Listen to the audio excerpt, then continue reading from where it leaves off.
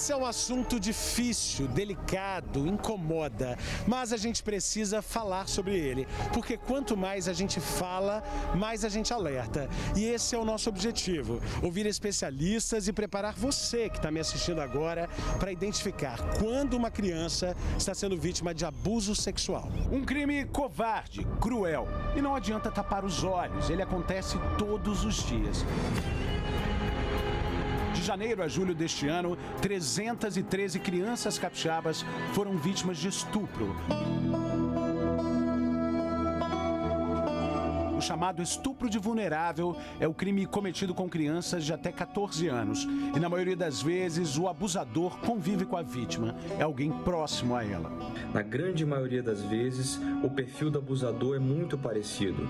Geralmente é alguém que faz parte do círculo familiar e social dessa criança e adolescente. Foi o que aconteceu com uma menina de 10 anos do norte do estado. Estuprada pelo próprio tio, a garota engravidou.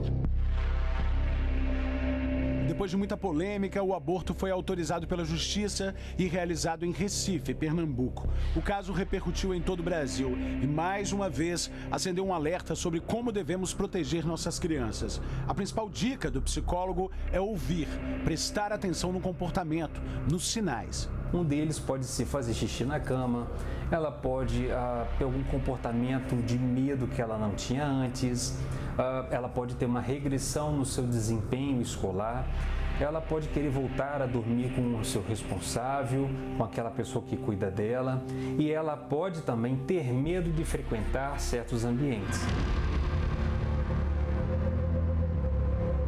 Priscila hoje é mulher adulta, mãe, cantora evangélica, mas quando criança foi abusada, as marcas ficaram.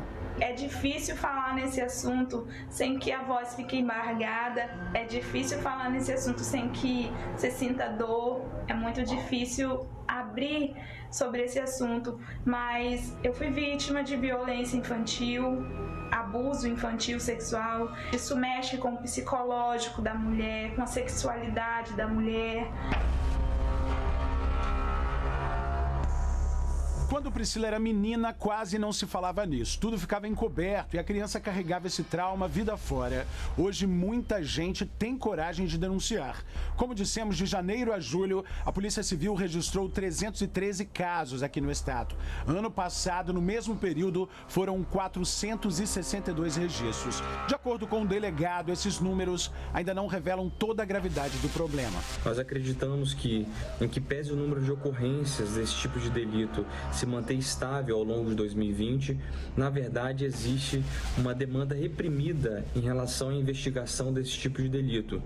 Isso porque, grande parte das vezes, a criança ou adolescente acaba noticiando que foi abusada para alguém fora da sua residência. E geralmente o abusador está dentro da sua casa. Mas o que fazer quando a gente desconfia de algo? Para o psicólogo especializado no assunto, é preciso que a criança fale, tenha confiança para contar o que está acontecendo. Ela pode sentir medo, pode ser algo que é feito na base de ameaças. Às vezes ela também escuta a seguinte frase: esse é o nosso segredinho.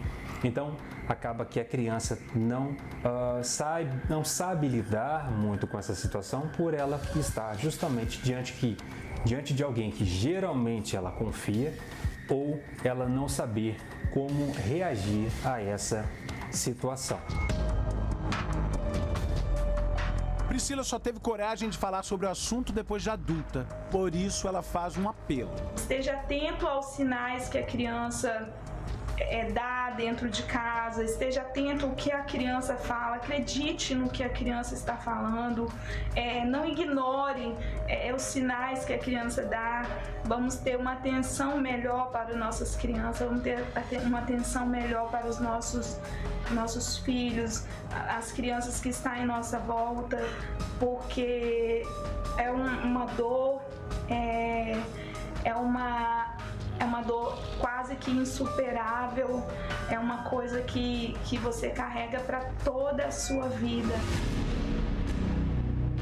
Há atenção, se você conhece algum caso de criança vítima de abuso, é muito importante, aliás, é fundamental procurar ajuda profissional. É fundamental acionar um acompanhamento, né, e as medidas cabíveis para tanto afastar essa criança dessa situação, quanto para dar a ela a melhor assistência possível. Então é muito importante preservar a criança. Outra questão que não pode ser esquecida: caso aconteça, é preciso continuar tratando a criança como criança. E não trate a criança como alguém que está devastado. Não trate a criança como alguém que foi danificada. Não trate a criança como alguém em que algo se perdeu e que nunca mais será recuperado e que não tem mais jeito e que a vida dela ali sofreu uma fratura irrecuperável. É uma dica simples, mas não é tão fácil, que a criança continue sendo tratada como sempre foi tratada antes por vocês.